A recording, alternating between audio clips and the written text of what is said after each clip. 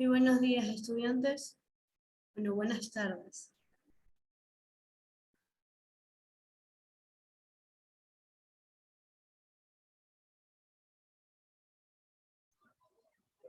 Buenas tardes.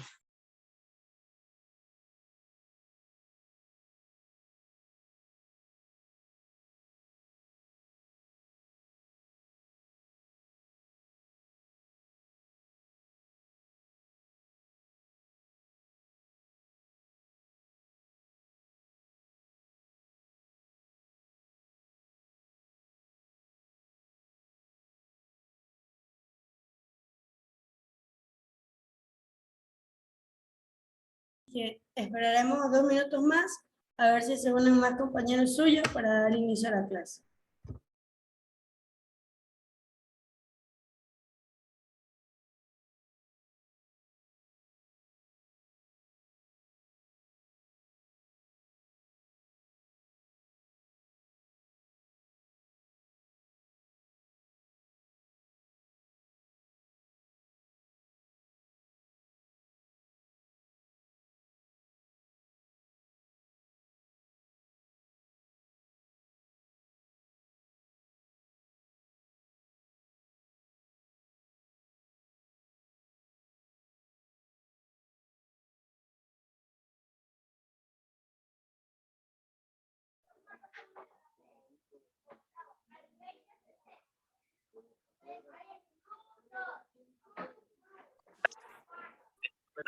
Vamos a tener un taller.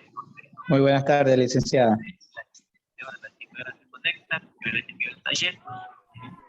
Buenas tardes con todos. Vamos a dar inicio a la clase.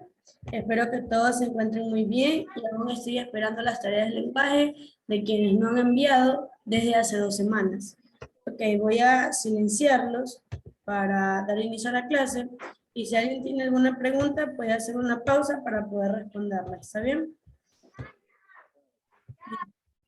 Voy a compartir la pantalla y me informan si me escuchan bien o de pronto si en algún momento llegan a no escucharme, pues me encuentro un poco mal de la garganta. Pues igual vamos a continuar con el tema y vamos a comenzar con los mitos prehispánicos. Entonces, ¿qué entienden ustedes con la palabra hispánico?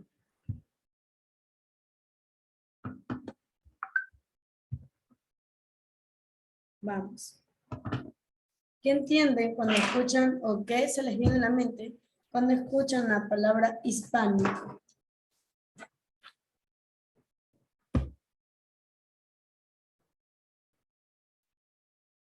Bueno, la palabra hispánico hace referencia a algo que tiene origen español, ¿sí? Hispánico. Y si a esa palabra hispánico le añado el prefijo pre, pues ya sabemos que el prefijo pre significa antes, ¿no?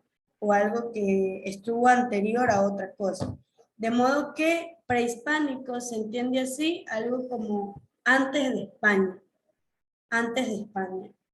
Y en historia se entiende así como algo anterior a la conquista o dentro de un periodo relacionado a esto, a cualquier periodo que fue anterior a la conquista española. ¿Listo? Entonces, si nosotros hablamos de mitos prehispánicos, pues ya nos referimos a mitos anteriores a la conquista española. ¿Quién recuerda en qué año se dio la conquista española?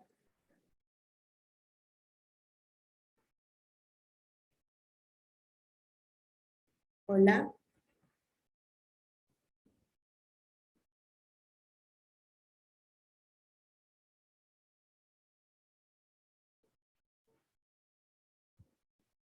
Bueno, pues la conquista española se dio en el año 1492. ¿Ok? Entonces, todos los mitos prehispánicos fueron posteriores a esta fecha. Anteriores, perdón. Entonces, antes de 1492. Bien. Entonces, vamos con una persona, vamos con Cristina, y Cristina me vas a ayudar con la lectura, con el primer párrafo.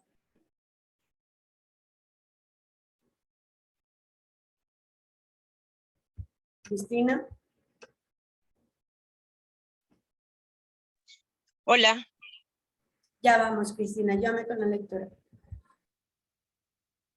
En este sentido, son prehispánicas Arriba, todas para las eso. culturas, civilizaciones, organizaciones sociales, religiones, lengua, arquitectura, manifestaciones artísticas, entre muchas otras cosas que existían antes de la llegada de los españoles al continente americano. Ya, muy bien.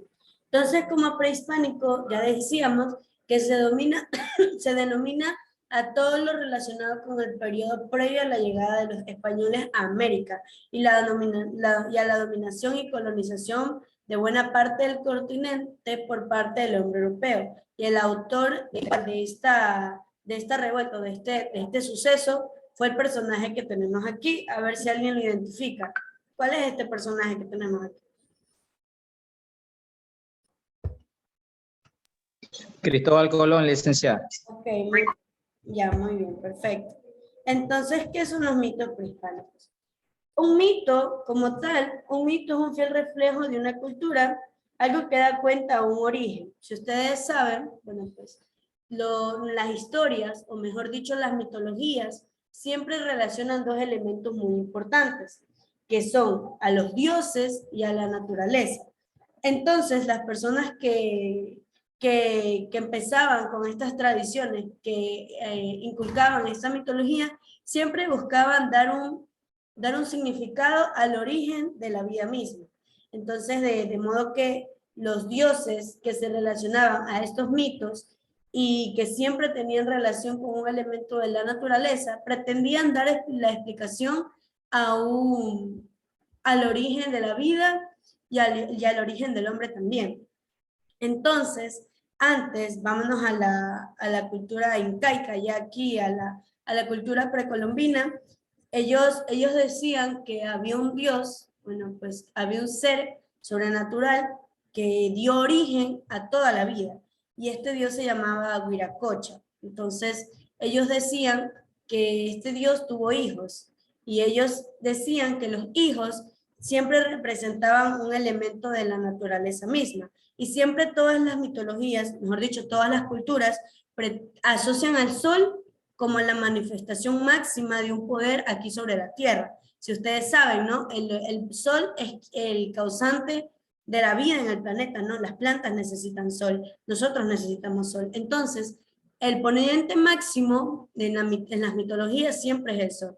Como por ejemplo, en la mitología inca,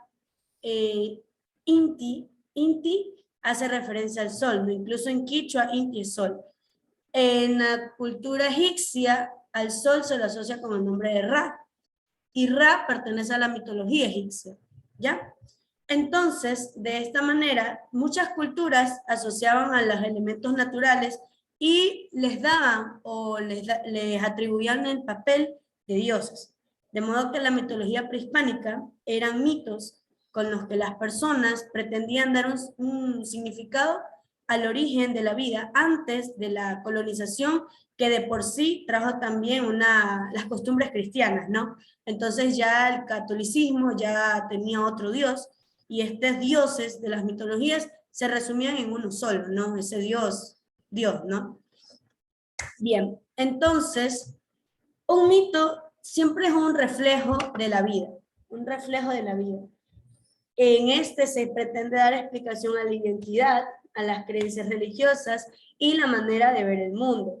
Los mitos también fueron considerados en su tiempo como verdaderos y por ende sagrados. Esto era considerado así por los pueblos que los crearon y los transmitieron oralmente de generación en generación, porque ya saben ustedes que antes pues no había papel, no había imprenta. La única forma de poder compartir, de poder replicar esta mitología era a través de un medio oral. Bien, un momento.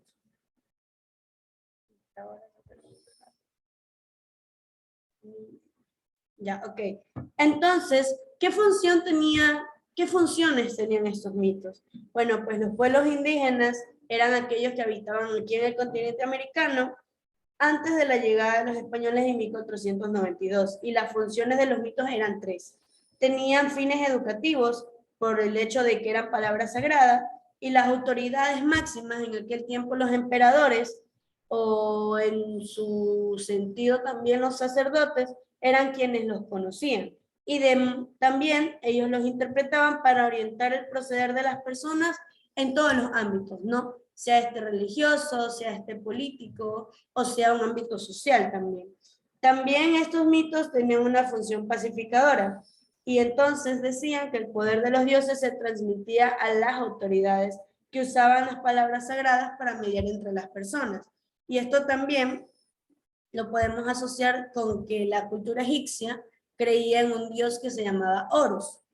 Y ellos, como función pacificadora, decían que el faraón era una representación de este dios aquí en la tierra. Entonces decían que el faraón egipcio era Horus en la tierra. Entonces decían que el poder y la sabiduría de este dios era concedida al faraón para que éste pueda guiar a las personas.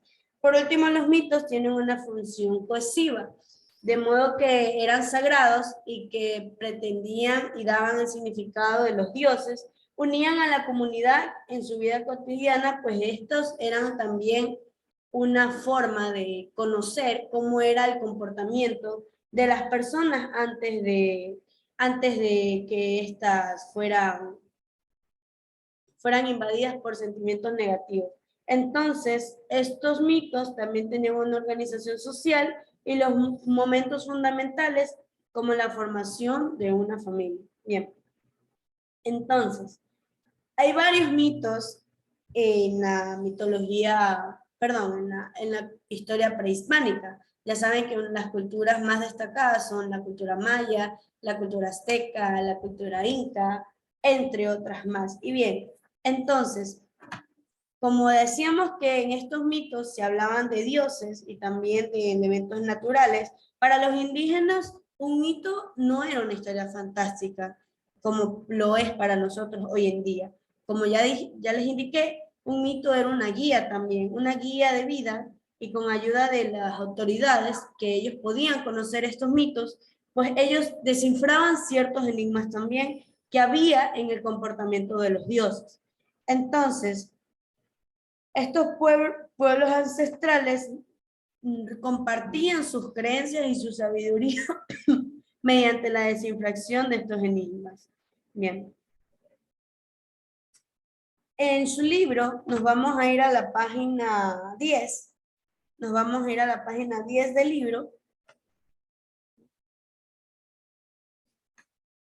Chicos.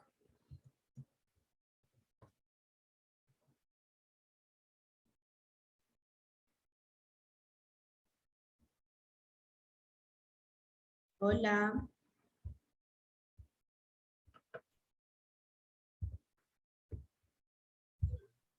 ¿Qué página, señorita? La página 10. La página 10, ya un momentito. Buenas tardes, señorita. Ya. Nos vamos a ir a la página 10 del libro y vamos a dar lectura del mito indígena que tenemos en de un fragmento del mito indígena que tenemos en esas páginas. Bien. Entonces, nos va a empezar José Barreiro, con el primer párrafo de la lectura.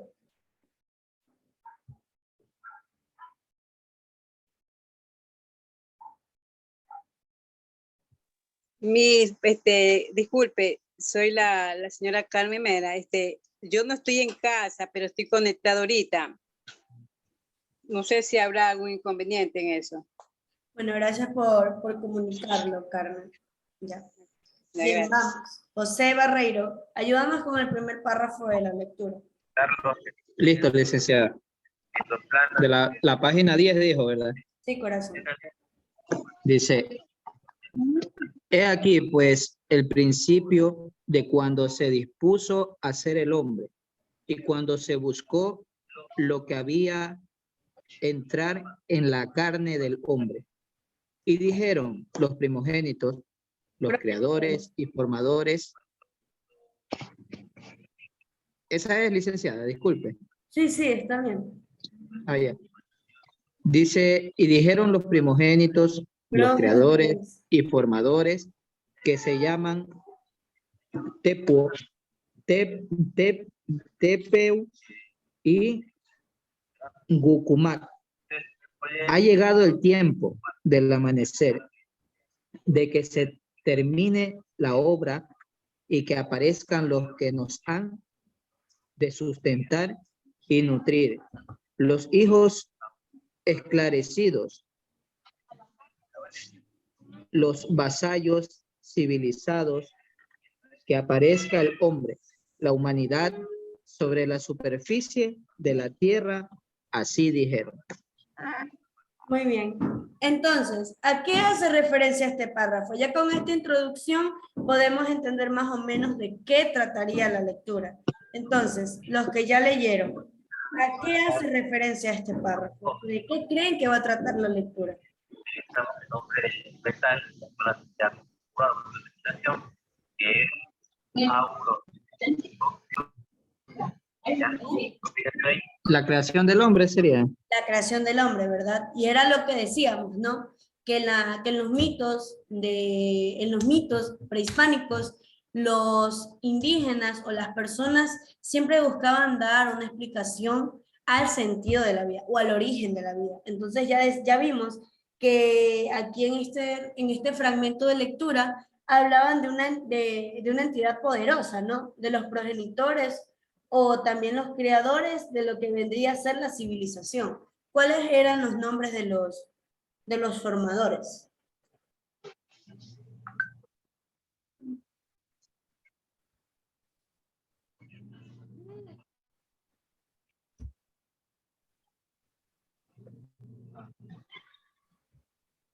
Es Tepeu y Gucumat. Exacto, bien. Vamos con el segundo párrafo. Giordano. Daphne. Se juntaron, llegaron y celebraron consejo en la oscuridad. Y en la noche, luego buscaron y discutieron, y aquí reflexionaron y pensaron de esta manera, salieron a la luz claramente sus decisiones y encontraron y descubrieron lo que debía entrar en la carne del hombre. Votos faltaba para que el sol, la luna y las estrellas aparecieran sobre los creadores y formadores. Muy bien, muchas gracias. Entonces, nos dicen que los formadores se juntaron y pensaron en algo muy importante. ¿En qué pensaron los formadores para poder dar solución al problema o a la necesidad que vimos en el párrafo anterior, a la creación del hombre? ¿Qué estaban pensando los formadores? ¿O qué descubrieron?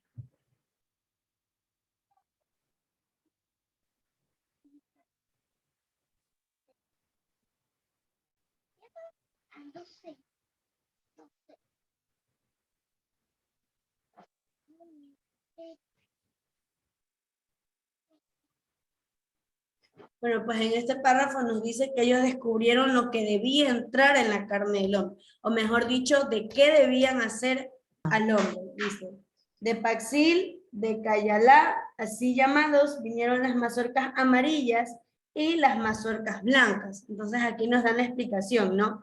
Que los iban a hacer de mazorcas. Bien, seguimos con... Bueno, Carmen está ocupada. Seguimos con Clever. Vamos con el siguiente párrafo, Clever.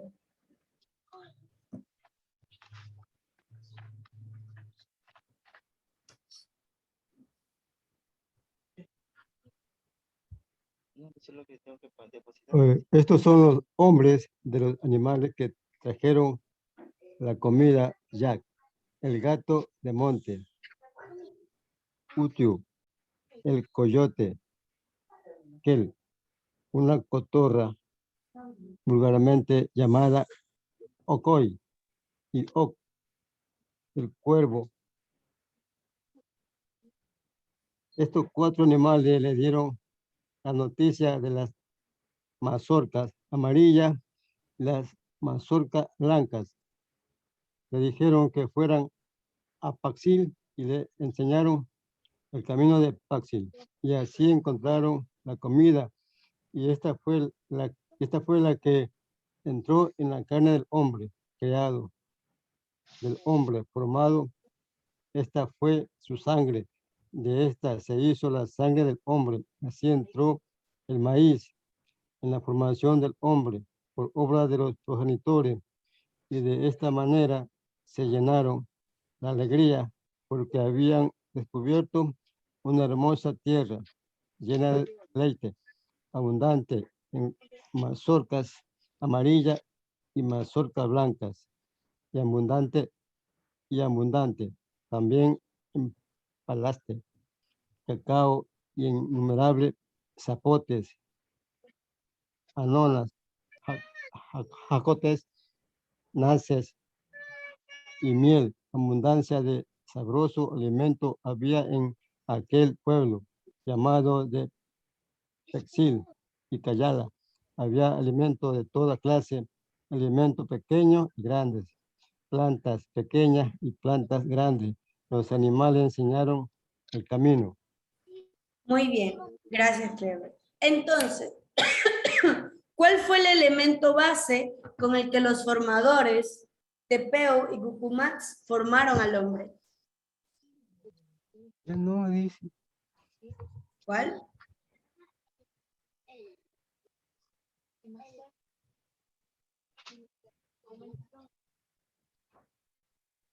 Era un elemento que había en abundancia en esa zona. ¿Cuál era?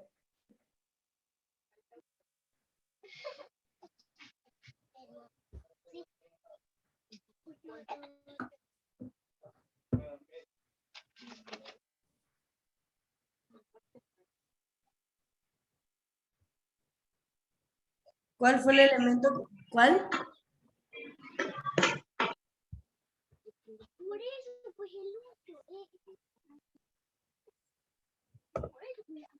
Bueno, pues el elemento que entró en la formación del hombre era ese elemento que estaba en abundancia en esa zona. Era la mazorca, ¿no? El maíz. Entonces, los mitos prehispánicos, los mitos indígenas, tienen esa característica de que siempre le dan un papel de suma importancia a aquel elemento rico en ese lugar, o mejor dicho, aquel elemento que se encuentra en abundancia, sea un fruto, de pronto sea un animal, de pronto también puede ser una historia fantástica con una condición climática que sea característica de aquella zona. Bien, entonces nos vamos a desconectar y nos volvemos a conectar a la 1:40 para realizar un taller. Les voy a tomar una captura de pantalla y ahorita tienen su receso, chicos. ¿Está bien? Ok, licenciada. Nos vemos a la 1:40.